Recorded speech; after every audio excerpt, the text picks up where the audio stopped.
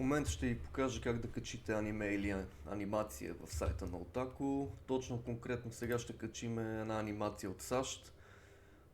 За Arcane втори сезон става въпрос. То като цяло качването на аниметата е почти същото, не е нещо по-различно. Ще ви кажа кое се добави и кое не, когато между разликата между двете, между аниме и анимация. Отваряме си преводи, избирате започни тема. Специално тук нямаш някакво заглавие по-особено. Arcane League of Legends 2 ще си го кръстиме. Понеже е втори сезон, проект на Otaku България не е, съдържание за възрастни не съм сигурен, мисля, че не е. Тук миниатюрата няма да я пипаме. Това автоматично взима от първата прикачена снимка, взима изображението и го показва, ето тук отпред като thumbnail. Ето тези са тези миниатюри, не го пипате. Това е само ако се прецака нещо или искате да смените тази картинка, просто ръчно го задавате, може и от URL, но не, само автоматично. Това е TV, задавате му тагове като TV. Също има какви тагове? Некъде по-надолу мисля, че бех. Добре, екшън, приключения и си ги пишете. Екшън. Като трябва да внимавате, това е за манга, това е за лайф екшън и това е само за анимета. Тези, които нямат някакви скоби накрая. Приключения. Драма, научна фантастика. Мисля, че имаше и дистопия от началото. Гледате да слагате минимум 4 жанра, за аниметата особено вкарвайте всякакви. Ще си отваряте при аниметата и двата сайта AniDB и MyAnimeList и ще взимате всички тагове от тама. Все пак по-конкретно да може и по-детайлно да се намира дадено аниме. До тук мисля, че са достатъчно тия тагове. За сега тук няма да правим нищо, после ще добавим едни работи. Избираме да прикачиме вече снимките. Аз съм си подготвил постър, само да го намеря. Ето това е постъра. Общото големина, която мога да качите 10 мегабайта, в смисъл не на файл, а общото за всички прикачени файлове. Ако може да внимавате и да качвате по-малки файлове, ще е най-добре. Просто по-бързо зарежда сайта, когато всичко е по-малко. 4 скриншота, може и 6, може и 10, това е по ваш избор. И вече тук сме готови за сега. Връщаме се назад.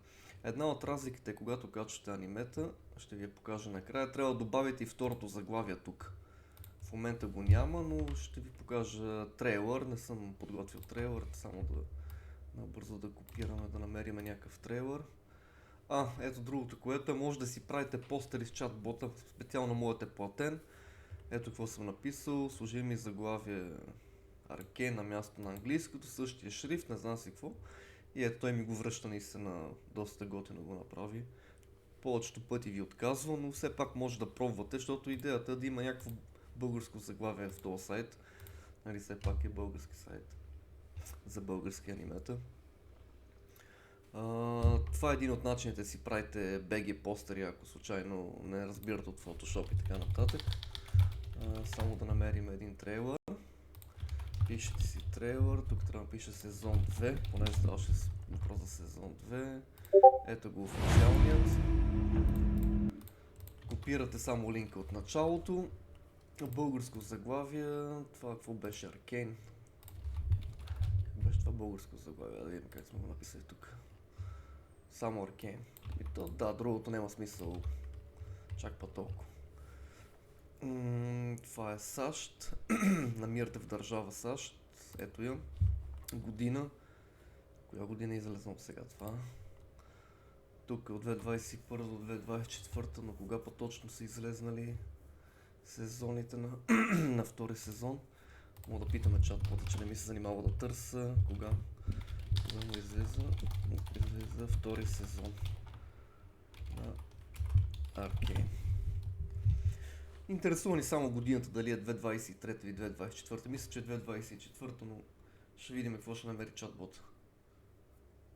Да, 2024, задаваме си година 2024 епизоди. 9 епизода мисля, че беше. Къде са пъти епизоди? Само секунда, тук ги няма. Направо ще го питам, че не ми занимава. Мисля, че са 9. Да, 9. Няма смисъл да го питам. 9 епизода, маркират си 9. Това го ползвате, когато по принцип става въпрос за аниме. Там имаш, нали, знаете, както имаш, примерно, 12 епизода и някакъв спешъл или ова или нещо допълнително, като има 12 епизода, които нямат тема тук в AnyDB или MyAnimeList. Просто са като някакво много кратко продължение, които са вкарани към темата на самият сериал. Но ако случайно, примерно, тази ова или това продължение има тема тук, ще трябва да си направите отделна тема и за тях. В смисъл, гледаме каквото е разделено като теми в тия сайтове MyAnimeList и AnyDB и ние да ги разделяме по същия начин. Всяко едно продължение, сериал и така нататък да си има собствена тема. Това е само ако няма теми, просто някакво много кратко продължение, добавено е някъде вътре в самите епизоди, примерно цъкнете тук. И тук надолу, примерно, е добавено като ова или спешъл и няма отделна тема. Примерно тук да пише продължи за отделна тема. Просто си маркирате, че има допълнителен спешъл или нещо друго и така. Време траене. Не знам колко е, сега ще видя. 45 минути са писали тук. Там един епизод е около 45 минути. Ето го, студио. Предполагам, че е също като това. Студио, не знам си какво е това, трябва да е. Студиото също тук ги взимат от MyAnimeList, примерно някои от тия анимета. Примерно ще цъкнем тук. Виждате как е при аниметата студио и си го изписва. Ето ги жанровете, екшен, комедия. Като примерно в AnyDB са малко повече. По принцип винаги там са повече, оттам ще ги взимате. Ето вижте, тук има други. Шонен, манга и така нататък. Гледате от двата сайта да взимате жанровете за аниметите и да ги добавяте. Връщаме се тук, гледай онлайн, за сега това няма да го добавяме, защото не са качени видеята. Линкове, то си е описано отдолу на всекъде какво трябва да правите. Това е линк към Замунда, първо слагаме от Замунда. Аз съм го, като търсене го давате. Примерно на анимация. Arcane пишете. Arcane. BG. И така по този начин направо копирате горе, не торента и да копирате, а още от самото търсене, защото торентите ако се изтрие или нещо стане, просто линка се чупи. Така, понеже това го няма в ня, аз съм си отворил и нято, за аниметата ще добавяте и линкове от тук. Тук просто го няма, защото нали, не е аниме. Затова няма как да добавя и втори линк от нято. Заслуги за проекта, това... На кое? Първият е бил на Коен, а я да видим това на кое. Чакай само секунда. Това кой го е провеждал? Да, пак е той. Пак си пишеме заслуги за проекта, си запишеме неговият прякор. Ето тази функция. Втори път заслуги за проекта, където я виждате. Ако случайно имате регистрация в сайта и самият проект е само от един човек, само тогава я ползвайте. Просто дава линк към профила му, когато скронаш върху него, това е разликата, а не да ги ползвате и двете по този начин, защото няма смисъл. Ползвате само за текст и когато потребител няма регистрация в сайта. Ако случайно има регистрация и само той е работил върху този проект, си го избирате тук долу. Тук съм си добавил него, описание тук ще го взема от тук. Копираме и така, свързани. Тук вече добавяме като в AnyDB, примерно така го има продължение и предистория. По същия начин ще го направим и тук. Ето в момента това е първата тема. Копираме и даваме, пишеме на английски. То мисля, че бе го направя на български, но ще взимате от тук. По този начин на добавяне. Ще напишеме предисторията. Слагате линка, изтривате това комент. По принцип, всяка първа тема създадена добавя този уникален id номер. Може да го изтриете, не го оставите. Изтриваме го, това го добавяте като нали, предистория във втори сезон. След това като направим темата, в първи сезон ще дадем продължение към втори сезон. И до тук мисля, че е готово. Така, ще дадем добави, създай нова тема. И ето го автоматично, добавените снимки стават на галерия. Описанието ни е долу, САЩ 9 епизода. Това без да искам се го цъкнал, това ще го махнем. Ние нямаме допълнителна лова към него. Цъкате на празното пространство е тук, за да махнете всичко. Просто горе цъкнете, за да няма. И ето той изчезна, 45 минути към Самунда и ето пред история, първи сезон. В момента имаме готова темата на втори сезон, отиваме, копираме я, отиваме тук, даваме редакция. Това разбира се може да го направите само ако темите са лично ваши, защото няма как да редактирате чужди теми. И даваме при свързани, ще напишем продължение, как се пише това, така. Продължение, давате редактиране и ето, вече имаме продължение към втори сезон. По този начин най-лесно си намират хората нещата. И тук друго, ако случайно става въпрос за аниме, редактирате. И ако има второ заглавие, примерно много анимети имат второ заглавие, примерно както е, нека да измислиме някое, примерно това. Имате официално заглавие, което е на романджи, на латиница, най-горното, и имат и официално английско, както примерно е тук. За да може да се търсят и по двете заглавия, примерно ви вече сте написали като заглавие тук, така. Но за да може да се търси по второто заглавие, копирате и второто официално заглавие, отивате най-долу под снимките, това става въпрос само за анимета. Enter, копирате, давате заглавие 4, избирате си център и редактирате. По този начин добавяте второ заглавие, за да може да е по-лесно търсенето. Сега ще ви покажа примерна тема. Примерно, мисля, че това трябва да има второ заглавие. Ето го. Първото официалното и ето го второто, което е добавено, защото сега, примерно, мога да го търся и по него. И ще излезне. Ако го нямаше да мога да го намерим. И до тук това е със скачването на темата. Вече става въпрос за качване на субтитри. Самите субтитри аз съм ги подготвил. Направо давате тук къде са файлове, изпрати, сериал и тук ще добавиме zip файла или RAR файла на субтитрите. Аз съм го подготвил, само да го намеря къде беше. Някъде тук, не, на чужди мисля, че беше. Само да го намеря.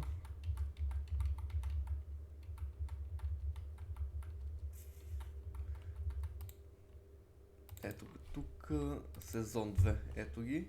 Добавяне на снимка. Може ръчно да добавите снимката, която да се показва тук. Или вариант е просто да копирате тази. Давате копиране на изображение. Или може и отвътре да я копирате. Избирате като линк да я добавяте, маркирате и потвърждавате. По този начин няма да прикачвате още една снимка, да товарите сървър, да се занимавате за втора снимка.